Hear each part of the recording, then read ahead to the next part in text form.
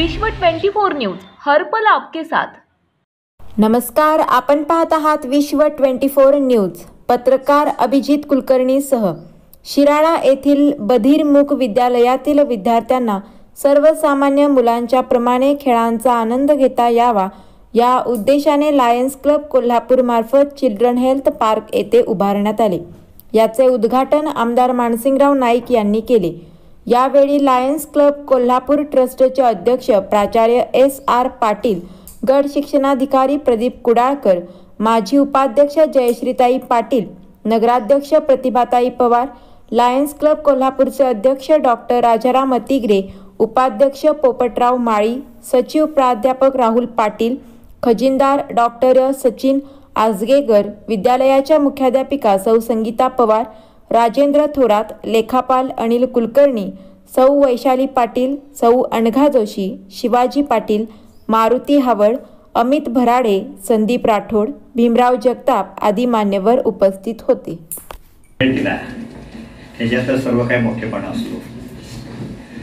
छोटा सेवाभावी कार्यक्रम म्हटल्यानंतर बरीचशी मंडळी टाळायचा प्रयत्न करतात, पण व्यक्ती सेवाभावी आणि त्यांची परंपराच घराण्याची सेवाभावी आहे। आपण डोळ्यापुढे जर त्यांचे घराणे आणलं, आप्पा असतील किंवा विश्वासराव नाईकापासून सर्वच फॅमिली हे दुसऱ्यासाठी काम करणारी जगलास तर दुसऱ्यासाठी जगलास अशा वृत्तीची ही पूर्ण नाईक मंडळी। मी गेले अनेक 25-30 वर्ष त्याच्या संपर्कामध्ये आहे। अगोदर दुसरे नंतर मी, अशी ही या लोकांची वृत्ती। मानसिंगभाऊंच्या माध्यमातून अनेक योजना ह्या तालुक्यामध्ये राबल्या। त्यांनी अनेक त्यांचे साथीदार आपल्या जवळ केले। कदाचित आज उद्या एखादा हा कार्यक्रम असता तर त्यांनी वेगळंच काहीतरी पेपरमध्ये छापलं असतं आणि तसा सुवर्ण योग निश्चितपणे आहे, यात काही शंका असण्याचे कारण नाही। आमच्याकडून तुम्ही त्या मला अतिशय आनंद होतो की जिथं आपलं आयुष्य मी थोडं बहुत जे काही करता आलं तिथं खर्च केलं, त्या ठिकाणच्या व्यक्ती सगळ्या मोठ्या झाल्या आणि त्या प्रमाणात त्यांनी ते कामही केलं। अडचणी येणार, अडचणी असतात, पण मी जिथे जिथे जातो तिथं भाऊंचं नाव निघतं। कालच आपल्या कृष्णा कारखान्यावरती त्यांचं दुसरं युनिट आहे, तिथं एक इथेनॉल संबंधी सेमिनार झाला, तर तिथं सुद्धा आपले जे डिस्प्ले आपल्याला दिली त्या चौधरीने प्रत्येक ठिकाणी आपलं नाव काढलं। DSTचा कार्यक्रम झाला त्या ठिकाणी ते सगळे आपली पहिली आपण डिस्प्ले त्यांनी दिली। त्या लोकांच्यावरती विश्वास ठेवणारी मंडळी खूप आहे। बरीचशी मशिनरी अशीच आम्ही कारखान्यामध्ये यांच्याच नावावरती आणली आणि हे आता जे सर्वात मोठे जे ग्रेन बेस अल्कोहोल टेक्नॉलॉजी आली आणि जिथं आता इथेनॉल तयार होणार आहे आणि इथेनॉल मोठ्या प्रमाणामध्ये इतका तयार करावा की परकीय चलन अजिबात लागणार नाही बाहेरल्या देशातून आणण्यासाठी, अशा पद्धतीचं काम करणारी माणसं असली तर होऊ शकतं। निश्चितपणे दुसऱ्याला कामाला लावणं हा त्याच्यामध्ये गुण असावा लागतो। भाऊनी जेवढं काम केलं ती दुसऱ्याला प्रत्येकाला काम देण्याची त्यांनी व्यवस्था केली। आप्पा होते, आप्पाने तरी कधीच कुणाचे हात धरले नाही। ज्याला कुणाला प्रगती रस्त्यातनं जायचं आहे त्याला आप्पाने पुढे केलं आणि त्यातला एक मी छोटासा घटक। आप्पा म्हणायचे, तुम्ही करावं साहेब, बघू आहे काय पाहिजे, तुम्ही मी आहे, तुम्ही काय काळजी करताय। आणि त्यातून मग आम्हाला उमेद आली आणि पहिलं पाऊल उचलले की ऑटोमॅटिकली जमाव जमत जातो आणि त्यातून ही कामं होतात। तर लायन्स क्लबच्या बाबतीमध्ये आणखी थोडीशी माहिती असावी। माझ्या माहितीप्रमाणे बऱ्यापैकी फंडिंग लायन्स क्लब ह्या बधीर मूक विद्यालयांना काही वस्तूच्या रूपामध्ये करतो, तर आपण माहिती घेऊन, कारण बरीचशी अशी मूकबधीर शाळा ह्या लायन्स क्लबचे पण आहेत। वाटतं लायन्स इव्हन कराडला सुद्धा एक आहे, कोल्हापूरला आहे, तर त्यातून काय फंडिंग होऊ शकेल का, थोडं बहुत वस्तूच्या रूपात आपण जरूर बघू। दुसरा भाग की आपण जर तुम्ही विशेषतः पत्रकारांना आठवत असेल की शिराळा तालुक्यामध्ये पहिली गाडी जी आली, जे ॲम्ब्युलन्स आली, ती लायन्स क्लबनंच आणली आणि साप चावणाऱ्या ह्या प्रदेशामध्ये अनेकांचे जीव साप जरी चावला तरी जीव वाचले। अशा पद्धतीची पहिली लायन्सची गाडी ह्या आपल्या तालुक्यामध्ये आपण लायन्सच्या मार्फतून दिली। दुसरं, जिथं कुठेही कन्सेप्ट नव्हता की जिथं गोरगरबाची लग्न अगदी 5-10 हजार रुपयात व्हावी, असं कुठेही कन्सेप्ट आसपास फार मोठा कन्सेप्ट नव्हता. असला कुणीतरी पैसे देऊन मोठ्या पद्धतीने करत असतील. परंतु गोरगरिबांचे लग्न करण्यासाठी जो हॉल बांधला, विशेषतः आप्पाची प्रेरणा त्याला लाभली. आणि जरी लोक म्हटली कुठल्या कुठं काढलंय तुम्ही, लांब कारखान्यापासून लांब, शिराळपासून लांब, कोण तुमची तिथे येऊन लग्न करणार आहे. आपण पाहिलं असं डोळ्याने सगळ्यांनी की सगळी लग्न त्या ठिकाणी 5,000-10,000 या एवढ्या पैशामध्ये झाली. तेही लायन्स क्लबनं पैसे, लायन्स क्लबच्या इकडे काय नसतात.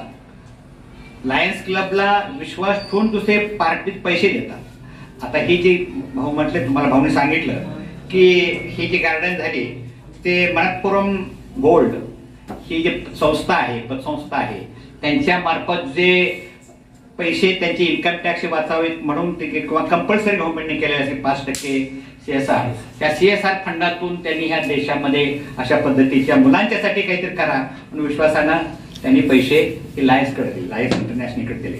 लायन्स इंटरनॅशनली युनोचेही ते जे सभासद आहे, युनोकडे ह्या लागणारं फंडिंग यांना मिळू शकतं. त्याच पद्धतीनं आमच्या लायन्सची एक आता असलेली मॅडमना माहिती आहे, ओसवाल मॅडमनी जवळजवळ 70-80 कोटी रुपये तिने दिले आणि निर्णय ठिकाणी आता डायबिटीसच्या कामासाठी गाड्या ते देतात त्यांच्या फंडातून. असे अनेक पद्धतीचे फंड येतात. ते फंड फक्त चॅनलाइज करण्याचं काम लायन्स करतं. कुठेही जवळ फार मोठा फंड 1000 कोटी 2000 कोटी आहे आणि त्यातनं पैसे येतात असं काही नाही. जगाचेच जनतेचेच पैसे घेतात आणि जनतेलाच ते परत करतात. आमच्या फीच्या रूपानं एक 4-5 हजार रुपये वर्षाला आम्ही देतो. परत 5,000 दिले तर आम्ही 25,000 काढतो त्यांच्याकडे. तेवढे पैसे आमच्याकडे येतच असतात. आता इस्लामपूरला आमचं आय हॉस्पिटल झालं, साहेबांशी मी बोलत होतो. आता 1.5 कोटी रुपये त्यांनी मॉडर्नायझेशनसाठी दिले. हॉस्पिटलच्या नुसते जवळजवळ त्यातले 40-45 लाख रुपये हे मोस्ट मॉडर्न हॉस्पिटल करायचं अशासाठी त्यांनी पैसे दिले.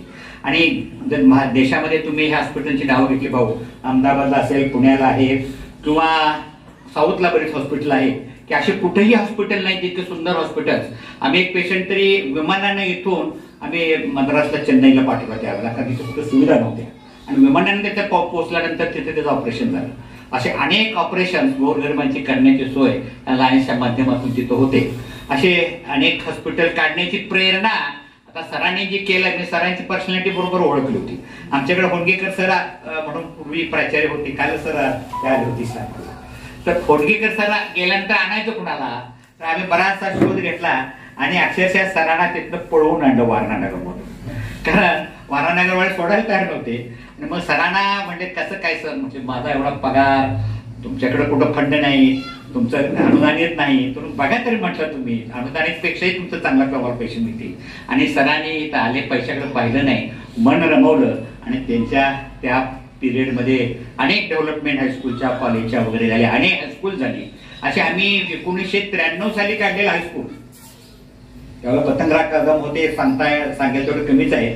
त्यावेळेला पतंगराव कदमाने आम्हाला ते हायस्कूल सुरुवातीला रेसिडेन्शियल स्कूल दिली आणि आप्पाने तिथे फार मोठी ग्रोथ ही केली. त्याला जागा दिल्या, त्याला ते ग्राउंड्स दिले आणि ते एक आज महाराष्ट्रातील एक चांगली स्कूल, हायस्कूल किंवा कॉलेज जे चालवतात ते चालवतात. अशी माणसं जर कामाची मिळाली तर प्रगती व्हायला वेळ लागत नाही. आणि कामाचे पेपरवाले जरी मिळाले आणि प्रसिद्धी योग्य दिली तरी काही अडचण येत नाही.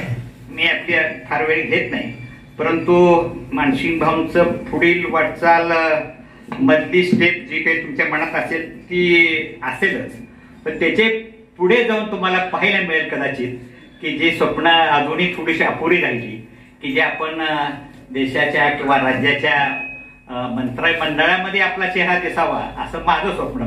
बाकी ते आणि काहीतरी होती, त्याबद्दल काय दुमत झालेलं कारण नाही. आम्ही पाहिलेलं स्वप्न तेवढं आहे, शेवटचं आहे तिथलं. आता त्याच्या पुढे गेले तर आणखी चांगली गोष्ट आहे. परंतु मला खात्री आहे की भाऊने उचललेलं पाऊल, मी अनेकांना सांगत असतो की भाऊ निर्णय घेताना अत्यंत विचारपूर्वक घेतात आणि घेतलेला निर्णय पुन्हा तो यशस्वीच करून दाखवतात. ग्रेन बेसला अल्कोहोलला कितीतरी अडचणी आल्या, कितीतरी प्रचंड अडचणी आल्या. पार्लमेंट पर्यंत गेलं, ते विधानसभेपर्यंत गेलं. अहो काय दारू तुम्ही पेताय, धान्य लोकांना खायला नाही दात. आज मात्र पुन्हा म्हणायला लागले की धान्याचे परत तुम्ही अल्कोहोल करा, त्याच्यापासून आणखी तुम्ही देशाला पुरेल असं इंधन तयार करा. अशा अनेक सुविधा आणि भाऊनी घेतलेलं पाऊल हे यशस्वीच होतं, कुठेही अपयशाला लाभत नाही. पण अनेक गोष्टीमध्ये लायन्स क्लबचे अध्यक्ष राजाराम आतिग्रे, शिराळ नगरीच्या नगराध्यक्षा प्रतिभाताई पवार, लायन राहुल पाटील, लायन किशोर पाटील, शिराळचे गट शिक्षणाधिकारी कुडाळकर साहेब, या शाळेचे मुख्याध्यापक, सर्वच या शाळेचा अध्यापक वर्ग, पत्रकार मित्र, लायन्स क्लबच्या माध्यमातून जगभर सामाजिक उपक्रम व वैद्यकीय सुविधेची वेगवेगळी आस्थापना असतील, आय हॉस्पिटलच्या माध्यमातून चालू असलेला उपक्रम असेल, विविध संस्थांना मदत करण्याची त्यांची भूमिका असेल, शैक्षणिकदृष्ट्या काम उभा करायचा त्यांचा दृष्टिकोन असेल, आणि बी.डी. पवार साहेब आणि आपले प्राचार्य S.R. पाटील सरांच्या माध्यमातून या चिल्ड्रन पार्कची ही संकल्पना खऱ्या अर्थानं शेवटच्या घटकापर्यंत पोचवण्याचा हा प्रामुख्याने प्रयत्न असेल. आपल्या तालुक्यामध्ये विश्वास सहकारी साखर कारखान्यावरती आपण जे गणपतीचं मंदिर उभा केले, त्या परिसरामध्ये आपण सुरुवात ह्या उपक्रमाची केली. पुन्हा मांगल्याला तो उपक्रम आपण प्राथमिक शाळेमध्ये त्या ठिकाणी उभारणी केली, आणि खऱ्या अर्थानं आज या मूकबधीर विद्यालयामध्ये विद्यार्थी संख्या कमी असेल, मात्र त्या मुलांना सुद्धा इतर मुलांच्या सारखं बागडता यावं, आनंद घेता यावा, ह्या भूमिकेतून प्रामुख्यानं हे चिल्ड्रन पार्कचं आपण या ठिकाणी आज उद्घाटन केले. लायन्स क्लबच्या माध्यमातून लोकांना सेवा देण्याचा उपक्रम हा जागतिक लेवलला हा प्रामुख्याने केला जातो. त्यांची एकंदरीत वाटचाल, एकंदरीत तिथलं कामकाज, एकदा 1 वर्ष अध्यक्ष झालं की तो आपल्या राजकारणातल्या सारखं पुन्हा भांडत नाही की पुन्हा आणि मला पाहिजे. हे सेवाभावी वृत्तीनं त्या ठिकाणी काम चालतं, खिशातले पैसे घालून प्रामुख्याने त्या ठिकाणी काम चालतं. म्हणजे मला त्या ठिकाणी काय मिळेल ह्या विचाराचा माणूस त्याच्या आसपास सुद्धा फिरकत नाही. मला त्या ठिकाणी घालायचं आहे आणि मला लोकांच्यासाठी करायचं आहे, ही भूमिका घेऊन लोक प्रामुख्यानं त्या ठिकाणी जातात आणि आनंद घेतात. आपण आपल्या इथं सुरुवात बी.डी. पवार साहेबांनी केली. ते कारखान्यावरती MD असताना इंटरनॅशनल हे झोन आहे आपलं, त्या झोनचे ते अध्यक्ष सुद्धा प्रामुख्याने झाले. म्हणजे ज्या लोकांना सेवाभावीपणा आहे अशी लोक ह्यामध्ये स्वतःचे पैसे घालून प्रामुख्याने सहभागी होतात. मगाशी आता पवार साहेबांनी सांगितलं एक स्टील कंपनी आहे आणि तिची मालकीने एक महिला आहे ओसवाल, तिने 80 कोटी रुपये ह्या लायन्स क्लब मध्ये जे जे ऍक्टिव्हिटी चालतात त्यातल्या ऍक्टिव्हिटीसाठी 80 कोटी रुपये दिले. किंवा आता आपण त्या चिल्ड्रन पार्कचं उद्घाटन केलं, ते मणिपाल म्हणून जी कर्नाटकमध्ये आहे गोल्ड लोनची, त्यांनी सगळ्या भारतभर किंवा जगभर त्यांच्या मार्फत खर्च केले पैसे आणि ह्या चिल्ड्रन पार्कची उभारणी अशा पद्धतीने केली. म्हणजे जो लोकांच्यासाठी लोकांचं काहीतरी चांगलं व्हावं ह्या भावनेनं जो खर्च करत असतो, त्या चांगल्या भावनेतनं ही चांगली कामं उभा राहिलेली त्या लायन्स क्लबच्या मार्फत आपण त्या ठिकाणी निश्चितपणे अनुभवतोय. सेवा भावीपणा यांच्यामध्ये निश्चितपणे असतो आणि एका चांगल्या ठिकाणी आज, कारण ज्या ठिकाणच्या अपंग किंवा मूकबधीर लोकांना, विद्यार्थ्यांना तेवढ्या चांगल्या भावनेनं समाज जवळ घेत नाही, मात्र अशा ठिकाणी एक चांगली भावनेनं तुम्ही ते निर्माण केलं. मी तुम्हाला विभागाचा लोकप्रतिनिधी म्हणून मनापासून धन्यवाद देतो आणि ह्या पार्कचं उद्घाटन झालं असेल. जे बधिरमुख विद्यालय शिराळा येथे उभा राहिलेलं आहे त्याचं नुकतंच उद्घाटन ज्यांच्या हस्ते झाले त्यांचे मार्गदर्शक शिराळा तालुक्याचे भाग्य विधाते आदरणीय मानसिंह नाईक भाऊ, लायन्स इंटरनॅशनलचं जे सांगली सातारा कोल्हापूर मध्ये जाळं पसरलं त्याच्यामध्ये ज्यांचा प्रामुख्याने वाटा आहे आणि प्रांतामध्ये आय हॉस्पिटलची ही जी कल्पना ज्यांनी साकारली ते आम्हा सर्वांचे मार्गदर्शक PMJF लायन बाबासाहेब पवार, आपल्या शिराळा तालुक्याच्या प्रथम नागरिका नगराध्यक्ष मॅडम, शिक्षणाधिकारी कुडाळकर साहेब, आमच्या क्लबचे अध्यक्ष राजन अत्तिगरे सर, ज्यांच्या कारकिर्दीमध्ये हा पार्क उभारला की ज्यांनी सतत 2 वर्ष अध्यक्षपद बसवून जवळजवळ 10 चिल्ड्रन पार्क्स आमच्या क्लबचे केले. त्या क्लबच्या माजी अध्यक्षा लायन जयश्री सर्जेराव पाटील, सचिव राहुल पाटील, आमच्या ट्रस्टचे उपाध्यक्ष लायन पोपटराव माळी, त्याचबरोबर प्राध्यापक सूर्यवंशी सर, इतर सर्व लायन्स बंधू भगिनी, या शाळेतील मुख्याध्यापिका संगीता पवार मॅडम, आमचे पत्रकार मित्र हसबने साहेब आणि त्यांच्यावर आलेले सर्व पत्रकार बंधू, मी तुम्हा सर्वांचं या उद्घाटन समारंभासाठी मनापासून स्वागत करतो. लायन्स इंटरनॅशनल या संघटनेमध्ये लायन्स क्लब ऑफ कोल्हापूर हे सगळ्यात जुना क्लब आहे. या क्लबची स्थापना 1956 साली झाली. म्हणजे भारतामधला हा 3रा क्लब आहे. पहिला क्लब झाला तो दिल्लीमध्ये, दुसरा क्लब झाला तो मुंबईमध्ये, त्याच्यानंतर 3रा क्लब जो झाला तो कोल्हापूरमध्ये झाला. 1956 साली झालेला हा क्लब आहे की ज्या क्लबमध्ये राम मेनन पासून ते अगदी गजानन जाधव जे प्रसिद्ध सरस्वती हॉस्पिटल डॉक्टर होते असे दिग्गज ज्या क्लबमध्ये होते. तो असा मोठा club lions club of Kolhapur. पण मध्यंतरीच्या काळी कारणामुळे थोडासा तो क्लब खालावला, त्याची संख्या खालावली आणि अशा वेळेला आम्ही कोल्हापूरला राहत असल्यामुळे बाबासाहेब पवार साहेबांनी की आम्हाला जाणीवपूर्वक ह्या क्लबमध्ये आमचा प्रवेश तिथं केला आणि लायन्स क्लब ऑफ कोल्हापूरचे धुरा आम्ही गेले 10 वर्ष झाले आम्ही सांभाळतोय. या 10 वर्षाच्या कारकिर्दीमध्ये जवळजवळ 13 परमनंट प्रोजेक्ट्स हे आम्ही उभा केलेले आहेत. त्यातला पहिला परमनंट प्रोजेक्ट हे तुम्हाला सर्वांनाच माहिती आहे की तो जुना प्रोजेक्ट आहे. आम्ही याच्या अगोदरपासून पंचगंगा नदीवरती जे रक्षाकुंड दिसतं ते रक्षाकुंड हे ते लायन्स क्लब ऑफ कोल्हापूरचं आहे की ज्याचा दररोज साधारणपणे 1000 पेक्षा जास्त लोक त्याचा उपभोग घेत असतात आणि ते अतिशय प्रसिद्ध असं ते रक्षाकुंड आहे की भारतामध्ये संपूर्ण अशा पद्धतीचं रक्षा विसर्जन करणं आणि ती खत म्हणून शेतकऱ्यांना वितरित करणं हा पर्यावरणपूरक हा असा एकमेव प्रकल्प संपूर्ण भारतामध्ये. आणि त्याच्यानंतर लायन्स क्लब कोल्हापूरच्या वतीनं लायन्स आय हॉस्पिटल कोडोली येथे वर्णानगर येथे सुरू झाले. गेले 4 वर्ष झाले तिथं ते हॉस्पिटल सुरू होते. आता जवळजवळ 1000च्या आसपास आमच्या शस्त्रक्रिया तिथेही पूर्ण झाल्या. आणि याच क्लबचं आता नव्यानं आणखीन एक मॉडर्न हॉस्पिटल हे इचलकरंजी येथे सुरू होत आहे. ते आता सध्या पूर्ण झाले. तिथे सगळ्या मशिनरी काही यायचं म्हणून थांबले. जानेवारीपासून पूर्ण स्वरूपानं अत्यंत अत्याधुनिक मशिनरी असणारे आणखीन एक आय हॉस्पिटल हे लायन्स क्लब ऑफ कोल्हापूरचं इचलकरंजीला सुरू होते. आणि त्याच्याशिवाय ह्या ज्या चिल्ड्रन्स पार्क्स आहेत तर 10 चिल्ड्रन पार्क्स हे आमच्या क्लबनं पूर्ण केले.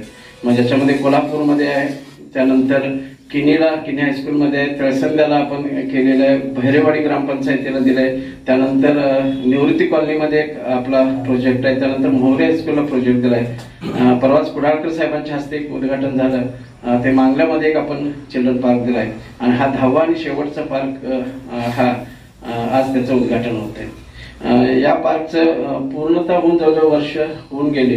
पण कोरोनाच्या या परिस्थितीमध्ये सर्व शाळा सुरू झाल्यावरतीच हे घ्यायचं सुरू असं होतं. परंतु अजूनही अपंग मुलांना या शाळेमध्ये यायला अजूनही शासनाची परवानगी नाही.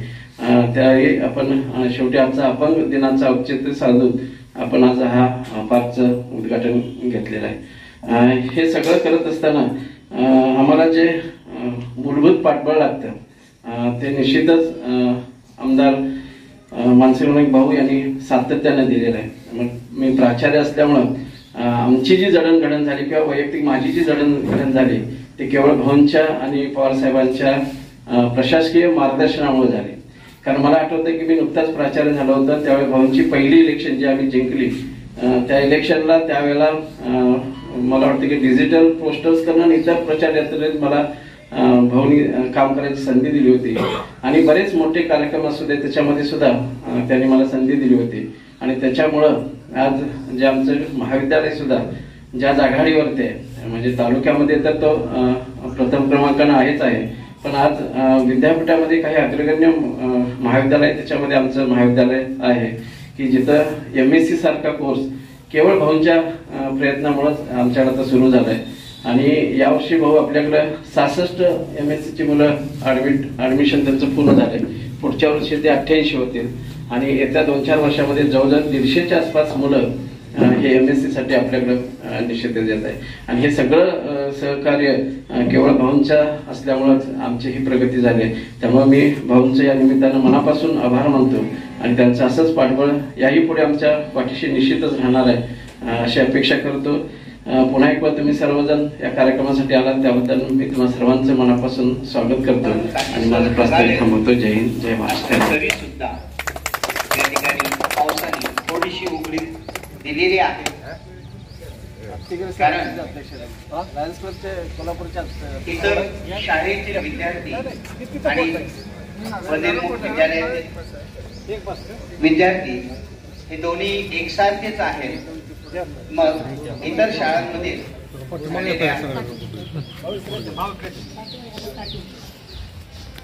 झालेल्या उद्घाटनाप्रमाणे याही ठिकाणी उद्घाटन व्हावं अशीच कदाचित या वरुण राजेची इच्छा असावी आणि म्हणून या ठिकाणी पावसाने देखील थोडीशी उसंत घेतलेली आहे. राज्यातील महत्त्वाच्या आणि आपल्या भागातील ताज्या बातम्या पाहण्यासाठी आजच आमच्या विश्व 24 न्यूज चॅनलला यूट्यूबवर सबस्क्राईब करा आणि बेल आयकॉन प्रेस करा.